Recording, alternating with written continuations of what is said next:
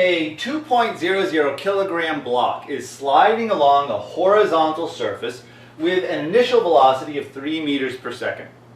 However, in this case, there is friction acting on the block. There is a coefficient of kinetic friction of 0.150 between the block and the floor. The block slides for 1.50 meters, and the question is, how fast is the block sliding at that point? We're assuming it hasn't stopped yet. How fast is it still moving after 1.50 meters? We're going to use the work energy theorem to solve this, our modified work energy theorem. So we've got the mechanical energy final equals mechanical energy initial plus the work done by the non-conservative forces. In other words, KE final plus PE final equals KE initial plus PE initial plus work done by non-conservative forces. What's the non-conservative force? Kinetic friction. Now let's think about this. We're going to, in order to determine potential energies, we always have to find our zero height. Let's just assume the floor is at, or whatever this surface is our zero height. You can always assume the height level is zero. If you've got a horizontal problem, you can always assume that it's moving at a zero height. Anytime there is no change in vertical height, you can always just assume the potential energies are zero. That'll just make the problem easier. Even if it's moving, say, sliding on the top of a building, just assume the building level is at zero height. You don't have to worry about potential energy. If it comes off the building and the problem starts having a change in height for the object, then you have to take the potential energy into account. But if it's a horizontal problem, you can always assume potential energy is zero. So we will assume our final potential is zero and our initial potential is zero. What are we looking for? We're looking for our final speed. Where is that? The final speed is in the final kinetic energy. So to find that, we need to find initial kinetic energy and the work done by the non-conservative forces. So what's the initial kinetic energy? 1/2 mv initial squared, 1/2 times 2 times 3 squared, and that gives us 9 joules. What's the work done by the non-conservative force? Work is always F delta R cos theta. So in this case, the work done by friction will be, work done by friction is the force, which is the kinetic frictional force. The displacement is delta x times cos of theta. Well, what is the frictional force? Kinetic friction is mu k times the normal force. Mu k times the normal force. What's the normal force in this case? If you need to draw a free body diagram, that's fine. Think about what forces are acting here. We've got the normal force, we've got the weight, we've got the frictional force acting this way. There are no other vertical forces than the normal force and the weight, so they must cancel each other out to have no acceleration in the y direction. So the normal force is mg. So we have the frictional force is mu k times mg. We have all those numbers, 0.150 times 2 kilograms times 9.8, which is 2.94 newtons. That is Fk. So the work done by the friction is Fk 2.94 newtons times delta x, 1.50 meters, cos theta. But what is theta? I want you to think about that for a second. Think about the problem. What is theta in this problem? Turn off the video and think about it for a minute if you need to. I will assume you have turned off the video and thought about it, and I hope you've got the right answer. What's theta? It is 180 degrees. Think about the direction of the force. Remember, how is theta in this equation defined? It's the angle between F and delta R, the force and the displacement. What's the direction of the force? The force is this way. What's the direction of the displacement? It's moving this way. What's the angle between them? 180 degrees. That is very, very important. 180 degrees. Why is that so important? Because the cosine of 180 is negative. That gives us a negative sign. The work done by friction is negative. It's decreasing the kinetic energy, decreasing the mechanical energy. If we didn't put that negative sign in there, it would tell us that the box was actually speeding up rather than slowing down. That negative sign is extremely important. Let's stick that in there and we'll continue. Putting in that negative sign, we have, multiplying this out, the work done by the non-conservative force is negative 4.41 joules.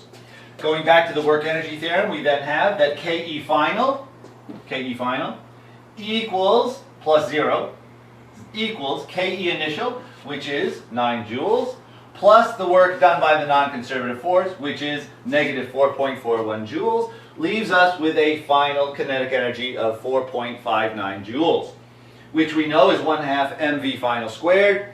Solving for v final, multiply by 2, divide by m, multiplying it out, and we get v final is 2.14 meters per second. Very, very good. We notice that what's the friction doing to the block, to the box, whatever that thing was? It's slowing it down. It goes from 3 meters per second to 2.14 meters per second. Remember, what did I say? If we had not put that 180 degrees in there, the box would have been speeding up, which we know can't be right. Friction is not causing it to speed up, it's causing it to slow down. Very good. Let's ask a follow-up question. We know that after 1.5 meters from the start, the box has slowed down to 2.14 meters per second. How far would it slide before it stopped? How long would it keep going, let's say from the beginning until it actually comes to rest? Let's just change our problem here. Rather than 1.5 meters, we don't know what that is. Let's call that delta x. And rather than not knowing our final velocity, let's assume it's coming to rest. So what's our final velocity? It's 0. So what we don't know is delta x. Let's see if we can solve for that now. For this problem, we still have the initial kinetic energy is the same as it was before, or 9 joules. The work done by the non-conservative force, which is still friction, is going to be Fk times delta x cos theta. The kinetic frictional force is still the same as last time, 2.94 newtons. The work done by the non-conservative force is still F, 2.94, but now we do not know what delta R is, which we are calling delta x in this case. We don't know how far the box slides. But we still know that theta is 180 degrees. So the work done is going to give us a negative sign times 2.94 newtons times delta x. However, we now know the final kinetic energy, because it comes to rest, 1/2 mv final squared, has to be 0. So our work energy theorem turns into KE final, 0, plus 0 is 0, equals KE initial, which is 9 joules, plus the work done by the non-conservative force, which is minus 2.94 newtons delta x. Bringing this term over here and dividing by the 2.94 newtons, we have that delta x is 9 joules divided by 2.94 newtons equals 9 divided by 2.94 is 3.06. And we remember that a joule is a newton meter divided by a newton gives us a meter, and we end up with the SI unit for distance, which is just what we would think. Delta x is 3.06 meters. Very, very good. We found that after 1.50 meters, the box has slowed down, but it will eventually travel a total distance of 3.06 meters before coming to rest. Very, very good. And again, we solve that using the work energy theorem rather than Newton's laws. Let's take a look at a very similar problem to this one. But let's do a problem that will actually use some potential energy. Let's imagine that this box is actually sliding down an incline rather than sliding on a horizontal surface. We'll have to take the potential energy into account for that problem. We now have the mass sliding down an incline, and let's assume that it's a 10-degree incline to the horizontal. We have, again, 2 kilogram block, initially moving at 3 meters per second. We're going to assume that it slides down a distance of 1.50 meters along the incline. So this distance is 1.50 meters. And we want to figure out what's the final speed. How fast is it moving when it gets down to this point? We'll again assume a coefficient of kinetic friction of 0.150. We will again solve this using the work energy theorem. So the final mechanical equals the initial mechanical plus the work done by non-conservative forces. In other words, KE final plus PE final equals KE initial plus PE initial plus WNC. We're looking for the final speed. So where is that in our equation? It's here. 1/2 mv final squared. That's what we're looking for. So let's figure out all of these other terms. Ke initial, 1/2 mv squared, 9 joules, just like it was horizontally. Pe initial, mgh initial. Now why do we have to worry about potential energy? Because we have a problem where the height is not constant. We have a changing height, so we need to take the potential energy into account. Where are we going to set our zero height? Well, let's assume our zero height is down here at the final position of the box. Let's not put it down here at what you might think of as ground level, because we don't know how high the box ends up. How high the box ends up above ground level. Let's just assume that our zero height is wherever the box ends up for this problem. So we'll say our zero height is here, h final will be 0. Our initial height is then how high the box is above that point. But what is that? It's not 1.50 meters. 1.50 meters is this distance. H initial we need to find from this triangle, which will be 1.50 meters sine 10 degrees. So the initial height is actually 1.50 meters sine 10 degrees, or 0.260 meters. Let me just redraw that triangle. What we have is a triangle that looks like this, where this is 10 degrees, the hypotenuse is 1.50 meters, and we're looking for that side over here. And what's that going to be? 1.50 meters sine 10 degrees. So we end up with an initial potential energy of m 2 kilograms g times 0.260, or 5.10 joules. What's the final potential? Our final height is 0, so we know the final potential is 0. There we go. Now, the only thing left is the work done by the non-conservative force. What's that? Well, that's, again, work is going to be F delta R cos theta. The force is, again, the kinetic frictional force, which is mu k times the normal force. But on an incline, remember, the normal force is mg cos theta. What's theta in that equation? Mg cos theta? Theta is the angle of the incline, which is 10 degrees. So the normal force is mg cos 10 degrees. Be very, very careful. When you have some theta, theta we use as a variable for many different angles. You have to remember what theta means in the equation in order to use it properly. So the kinetic frictional force is mu k mg cos 10 degrees, 0.15 times 2 times 9.8 times cos 10 degrees, or 2.90 newtons. So what is the work done by the non-conservative force? It's F, 2.90 newtons, delta R, 1.50 meters, cos theta. Again, what's theta in this case? Turn off the video and think about this.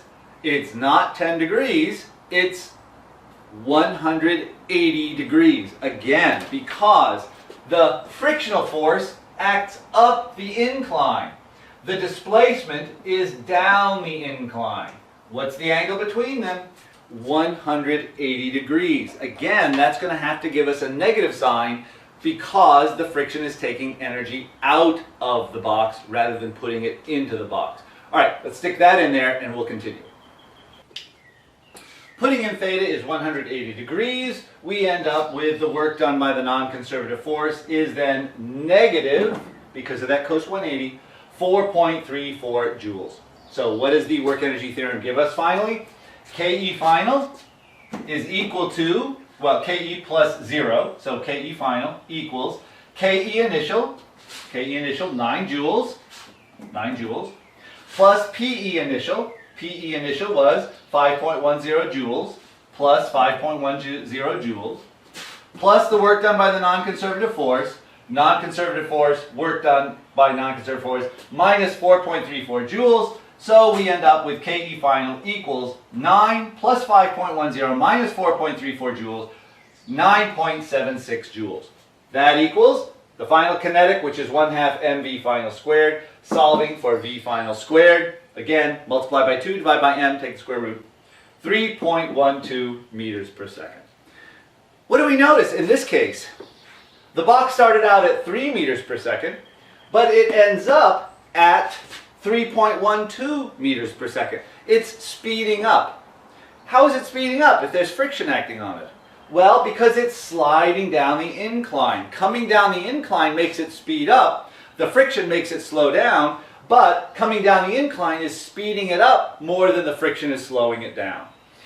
At this angle, it just works out that the energy added by the increase in potential is greater than the energy removed from the frictional force. Kind of an interesting problem.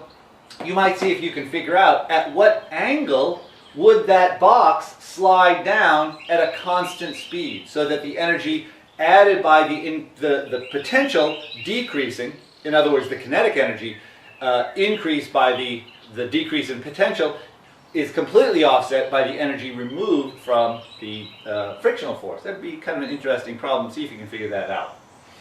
Very, very good. One thing we have not talked about in this case is how rapidly this work is being done. For example, if I were to lift up this ball and I were to lift it up from here to here, I could do that with a slow motion, moving it this way, or I could do it with a faster motion this way, or a very fast motion this way. All of those take the same force, because as long as it's not accelerating, if the velocity is constant, the net force has to be zero, and my force would have to be exactly balanced by mg, so I would only be pushing with mg as long as it's not accelerating upwards. If it's going at a constant speed, the forces are the same. But in one case, the work done is slow, while in the other case, the work done is fast. How can we distinguish between those? Well, we need to look at another quantity called the power, which is the work done per time. Let's take a look at that.